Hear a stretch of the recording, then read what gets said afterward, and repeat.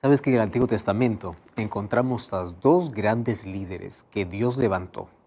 El primer gran líder llamado Moisés, Dios lo sacó del desierto, a donde él había huido por un error que él cometió en la vida, pero esos 40 años que pasó allí en el desierto fue para enseñarle grandes lecciones de humildad y de dependencia de Dios. De allí lo sacó para poder libertar a un pueblo que durante 400 años, o mejor, más específico, 430 años, estaba en la esclavitud. A la verdad se había acostumbrado ya a la esclavitud. Más ellos esperaban el cumplimiento de la promesa, porque sabían que en algún momento Dios levantaría un libertador. Con Moisés Dios saca al pueblo de Israel, pero Moisés no entra a la tierra prometida. Quien entra a la tierra es Josué. Y Josué acompañó a Moisés desde la salida de Egipto. Es más de 500,000 de personas que salieron de Egipto hacia Canaán, solamente entraron 2, Josué y Caleb. Todos los que salieron de Egipto murieron en el desierto y murieron por la incredulidad. Tú puedes decir, ¿cómo es posible? Sí. Ellos vieron tantos milagros y aún así eran incrédulos. Veían tantos milagros y ellos murmuraban contra Dios. Dios los sustentaba, ellos se quejaban.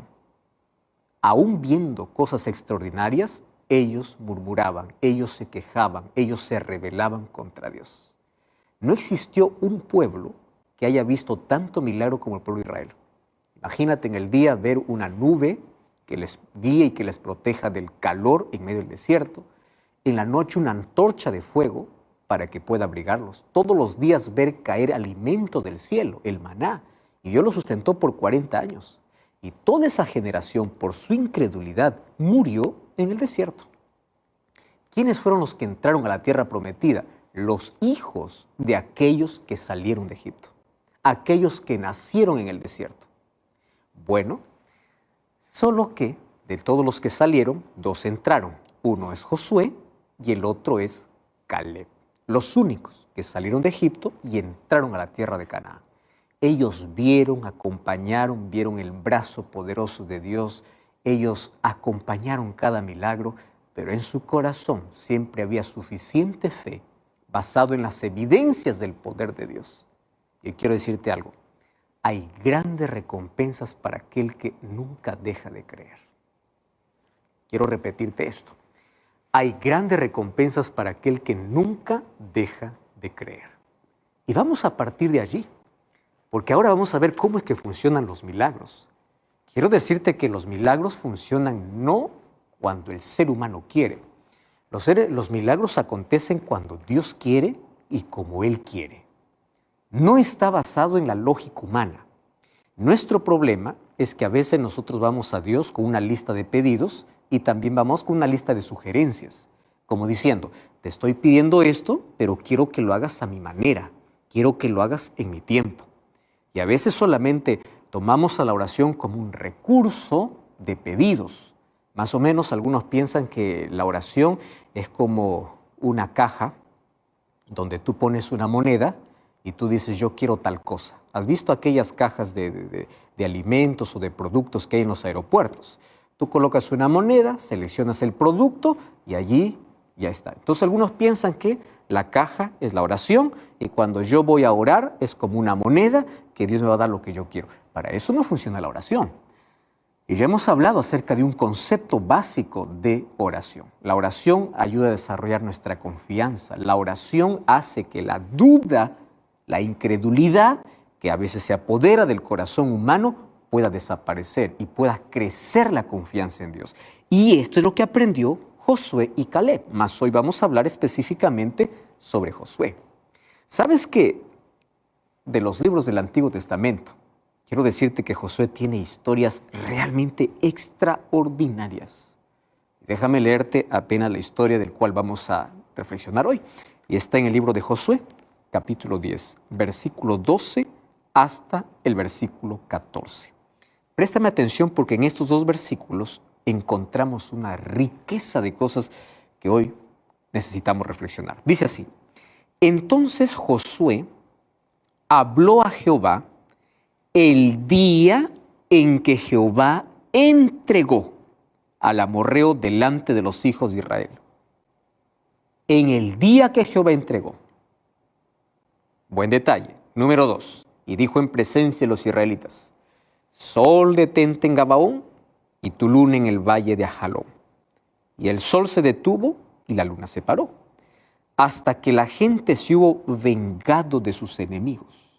No está escrito esto en el libro de Jacer. Y el sol se paró en medio del cielo y no se apresuró a ponerse casi un día entero. No hubo día como aquel, ni antes ni después de él, habiendo atendido Jehová a la voz de un hombre, porque Jehová peleaba por Israel. Entonces, yo de aquí puedo extraer muchas expresiones para poder reflexionar, muchas lecciones para nuestra vida, ¿correcto? Vamos a meditar, a reflexionar en la vida de este grande hombre llamado Josué. Cuando yo leo el libro de Josué, yo veo que no existió otro hombre en el Antiguo Testamento que haya enfrentado tan grandes desafíos en la vida.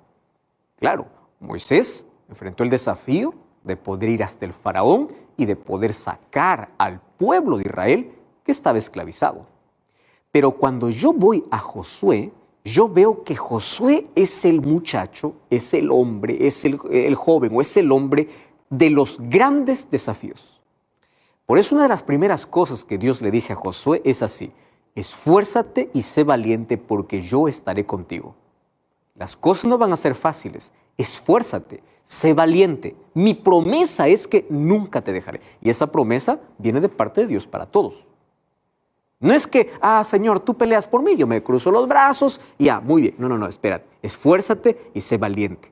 ¿Quieres ser exitoso? ¿Quieres alcanzar algo? ¿Quieres perseguir una meta? Esfuérzate. Yo estaré contigo. Mi presencia irá contigo.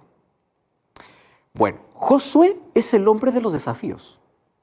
Y muchas veces, entre los desafíos de la vida, así como Josué, nos encontramos delante de situaciones sobre las cuales no tenemos poder, sobre las cuales no están bajo nuestro control. Dentro del vocabulario humano, la palabra imposible o imposibilidad es una de las palabras frecuentes.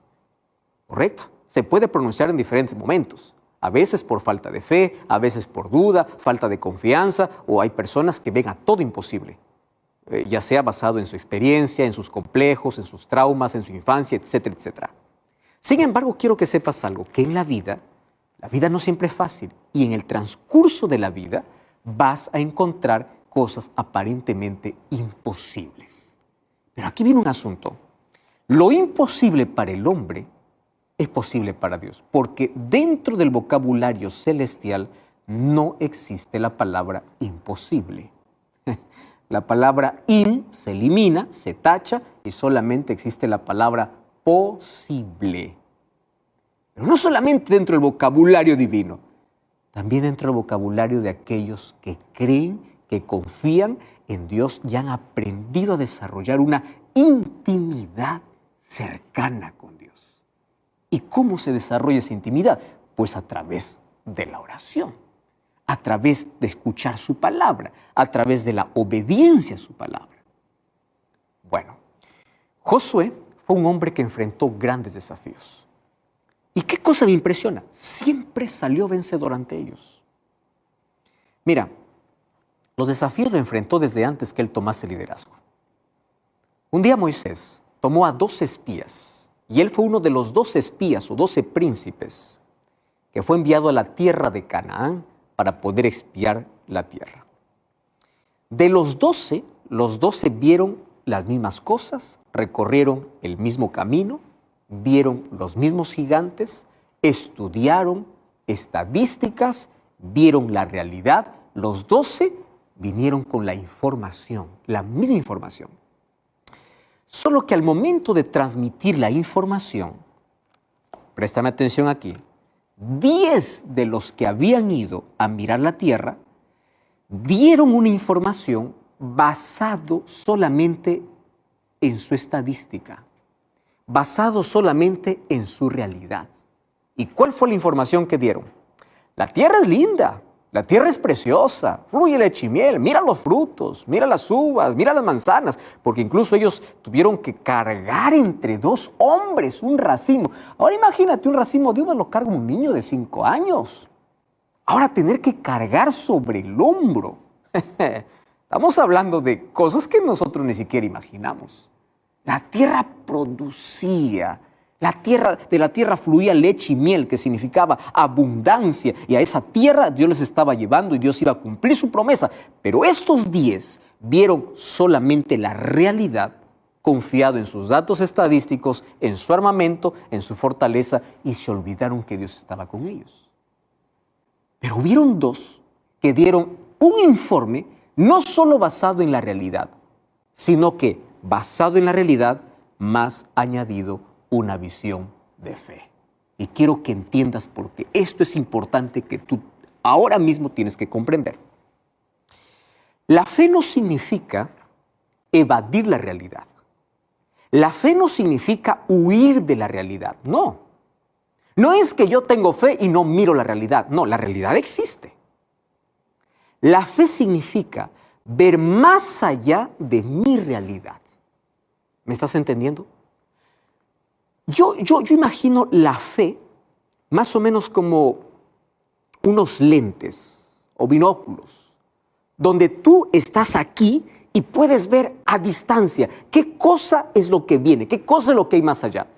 Nuestros ojos físicos nos pueden hacer ver el problema, pero a través de la fe tú puedes ver el problema y la solución.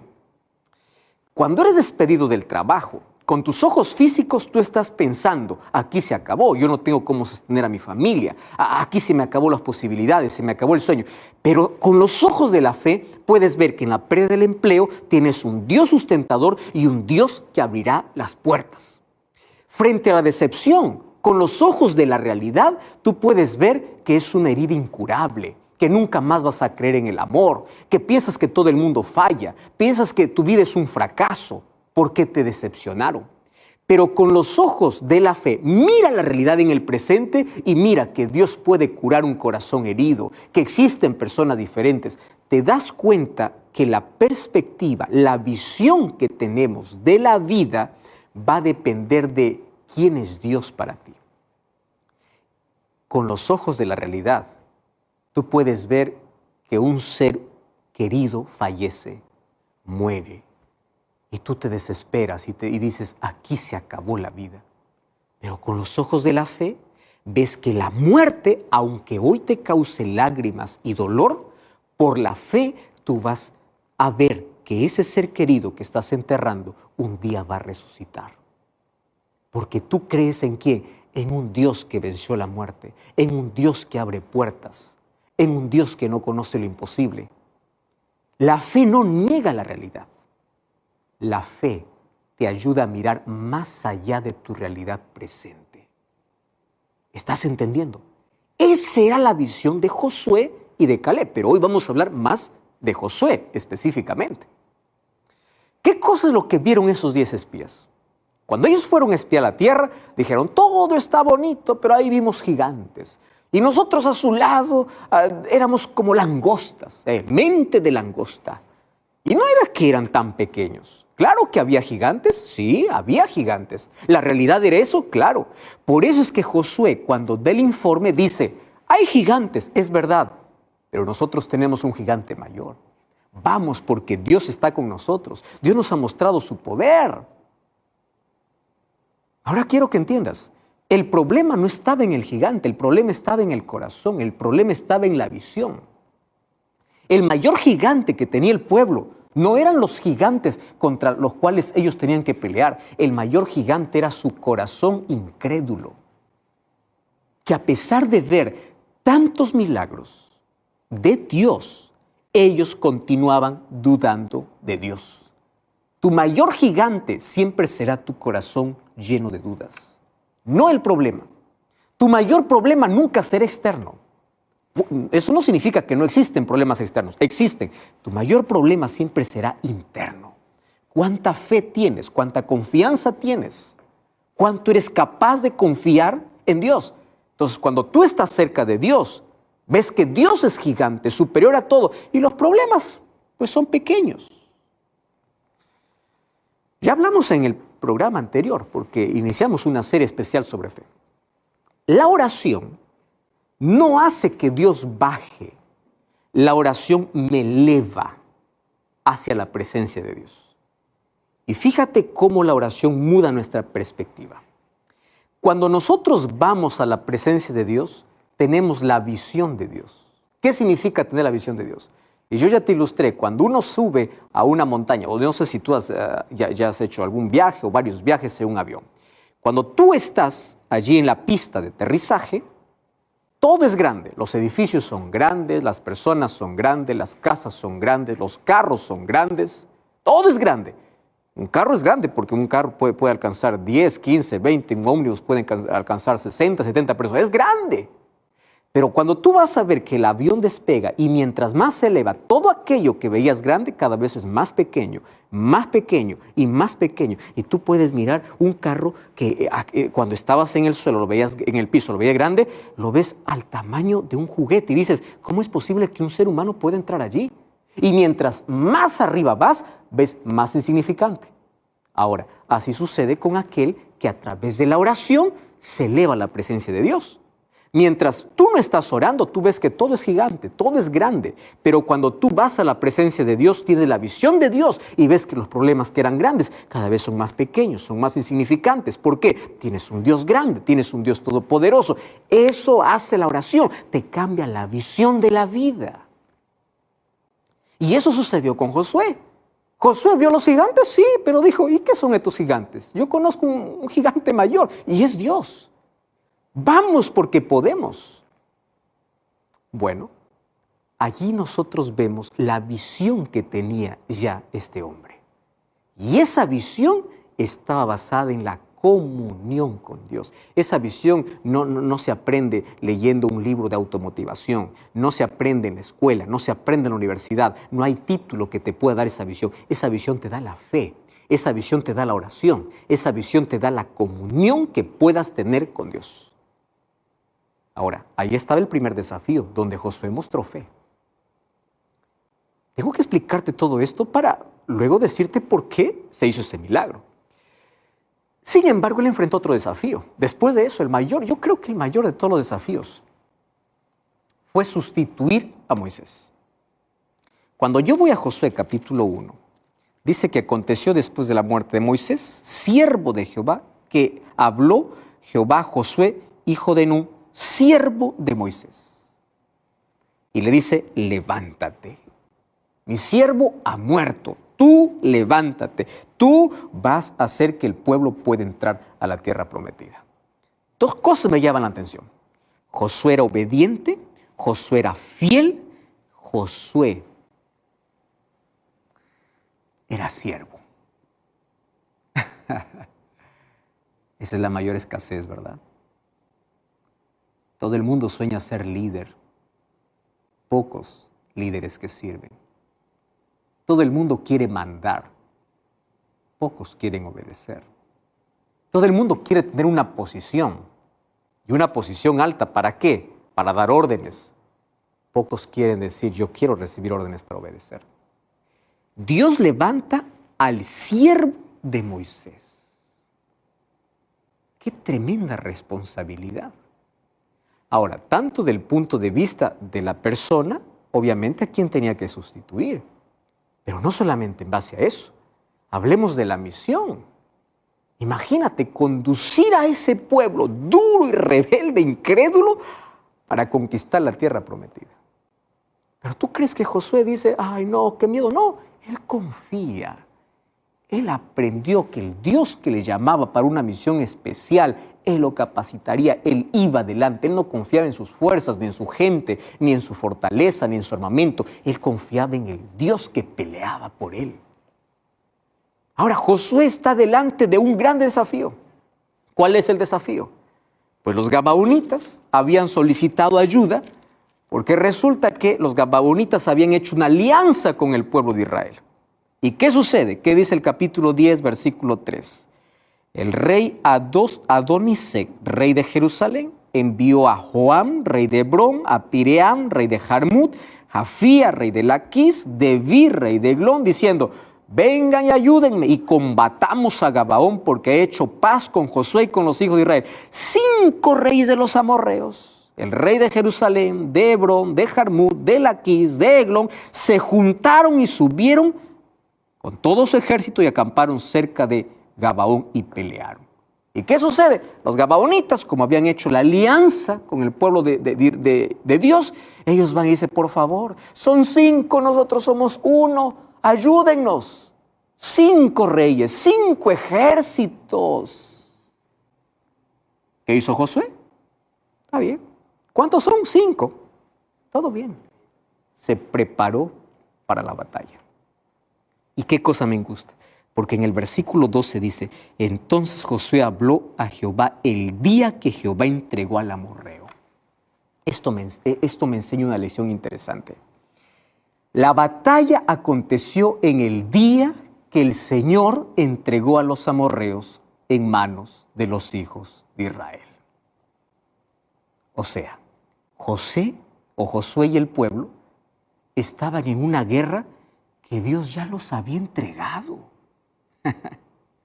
Y esta es una lección importantísima. Dios ya le había dado la seguridad: hijo, yo estoy contigo. Pelea, esfuérzate, sé valiente, yo estoy contigo. La batalla está ganada. Josué consultó a Jehová, Jehová le dijo: está bien, yo te voy a entregar. Y ahí viene la pregunta: ¿por qué debo pelear en una batalla que ya está ganada? ¿Cuál es la intención de Dios al enviar al pueblo para una guerra que ya estaba vencida anticipadamente? Porque Dios les había garantizado. La respuesta es simple: para que ellos aprendan a confiar en su Dios. Pero aquí viene una lección importante. La lección importante es que ellos tenían que hacer su parte. Dios les dijo: está bien, la victoria está, pero no es así nada más. Hagan su parte. El secreto del éxito, escúchame aquí, está en la unión del esfuerzo humano, que es mínimo, con el poder divino. Los que alcanzan los mejores resultados son aquellos que confían en el brazo todopoderoso de Dios, pero nunca se quedan de brazos cruzados. Tengo un sueño: Señor, tú sabes que es mi sueño, quiero luchar. No me quedo de brazos cruzados, voy, toco la puerta, trabajo, me esfuerzo, sudo, porque Dios me acompaña, es verdad, pero mi parte yo tengo que hacer. El pueblo estaba peleando en una batalla que ellos ya tenían ganada. ¿Cuál es tu sueño? ¿Cuál es tu desafío? Dios está contigo, cree en su promesa, pero esfuérzate, levántate temprano, trabaja. Uno se queda de brazos cruzados: yo soy pobrecito, yo nací pobre, pobre voy a morir, yo no tengo dinero para estudiar, yo no tengo... Dios te dice: yo puedo hacer, tu sueño está realizado si confías en mí, pero no te quedes de brazo cruzado, pelea, lucha, yo te voy a dar. Sabes que en la vida encontramos grandes desafíos y Dios tiene poder suficiente para poder vencer cada uno de ellos, mas Dios necesita involucrarte en el milagro. A mí me gusta porque en la Biblia cada vez que hay un milagro Dios involucra al ser humano. Para Dios hubiese sido fácil decir: voy a abrir el mar, abran paso, voy a soplar un viento del cielo, el mar se abre. No hizo así. Dios le dice a Moisés: Moisés, levanta la vara. ¿La vara tenía poder? No, era el poder de Dios, pero Dios usaba un instrumento humano. Dios quiso dar agua al pueblo, golpea la roca. ¿El agua vino por el golpe de Moisés? No, por el poder de Dios, pero Dios involucra al ser humano. David tiene que enfrentar al gigante Goliat. Y él no se va así nada más. Él dice: bueno, Dios me dio a este hombre Goliat, yo aquí voy a mirar qué cosa es lo que Dios hace. No, él tomó su onda, consigue 5 piedritas y derribó al gigante.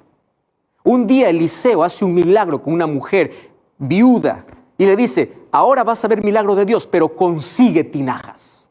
Un día Jesús quiso dar de alimentar a más de 5,000 hombres. Habían más de 5,000. Probablemente 10,000 personas. Pero tenía que alguien colocar sus 5 panes. Un día Dios quiso hacer un milagro allí en la pesca de Pedro, pero Pedro tenía que echar la red. Un día Jesús hizo un milagro en una boda, pero ellos tenían que llenar las tinajas de agua. ¿Me estás entendiendo? Dios no hace aquello que tú puedes hacer. Él no hace aquello que está a nuestro alcance. Entonces, para que tengamos éxito, es necesario que coloquemos nuestra pequeñez en su omnipotencia, que seamos obedientes, que hagamos lo que nos corresponde. Él no va a hacer lo que tú puedes hacer. Él va a hacer aquello que tú no puedes hacer. Ahora, el poder divino siempre está a nuestra disposición. A veces lo que falta más es nuestra parte. Puede que tú puedas tener problemas en tus relacionamientos, en tu familia, en tus estudios, en el trabajo. Dios puede resolver, mas tú tienes que hacer tu parte. ¿Cuál es tu parte? Tu parte es cortar lo que te hace daño, eliminar lo que te perjudica. ¿No quieres más sufrir? Pues deja de llamar a aquella persona que te hiere. Haz tu parte. Dios va a curar tus heridas, pero haz tu parte. Eso es lo que hizo Josué. Dios ya les había dado la victoria, pero ellos tenían que luchar.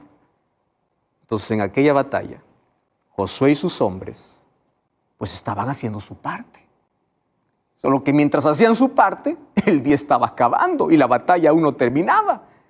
Y si el día acababa, pues el ejército amorreo tendría tiempo para recomponerse, para que el día la batalla sea más severa y sea más difícil.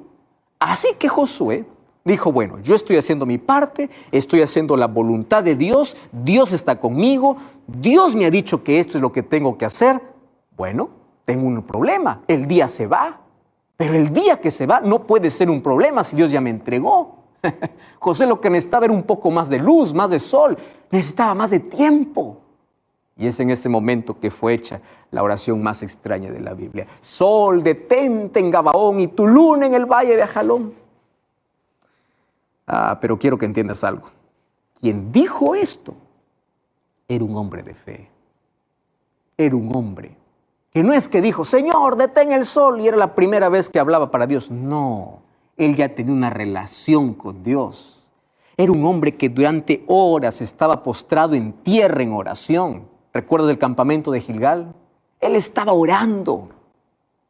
No era alguien que hace una oración ocasional, una vez, cada vez que necesita un milagro. Señor, que se detenga el sol, y de ahí le pides el otro año, porque nunca tienes una comunión con Dios. Josué tenía una comunión estrecha con Dios, y quiero que sepas que los hombres de oración son hombres de poder, porque ellos identifican la voluntad de Dios, y cuando están seguros de la voluntad de Dios, se aferran de las promesas de Dios, y avanzan por fe, y se esfuerzan, y sudan, y también sufren, pero avanzan porque creen que Dios no conoce lo imposible. Sabe que Dios en cualquier momento siempre lo escucharía, porque él tenía una comunión con Dios. Y esta historia debe llevarme a pensar así, ¿cómo está mi vida de oración? ¿Cuánto tiempo de mi vida yo invierto con Dios? ¿Solamente me voy cuando quiero que el sol se detenga? Estoy hablando ahora de manera figurada. ¿Solamente me voy a Dios cuando estoy en emergencia? ¿Solamente le busco a Dios cuando estoy en fuego y creo que Dios es el bombero? ¿Solamente busco a Dios cuando estoy enfermo y solo creo que Dios es el médico? ¿Solo busco a Dios cuando estoy pobre y creo que Dios es el banco? ¿Cómo está la vida de oración? La vida de Josué era una vida de constante oración, de constante comunión. Por lo tanto, tenía una visión diferente, tenía una confianza extrema. Y cuando él oraba, pues Dios respondía porque su oración estaba en armonía con la voluntad de Dios, porque su corazón estaba en sintonía con el corazón de Dios, porque su mente estaba educada para estar en la presencia de Dios. ¿Pero tú crees que esta fue solamente la experiencia de Josué? No, puede ser la tuya y la mía. Por eso 1 Tesalonicenses 5:17 dice, orad sin cesar. Y eso no significa que tú debes quedar todo el día allí de rodillas orando. Significa orar en todo momento.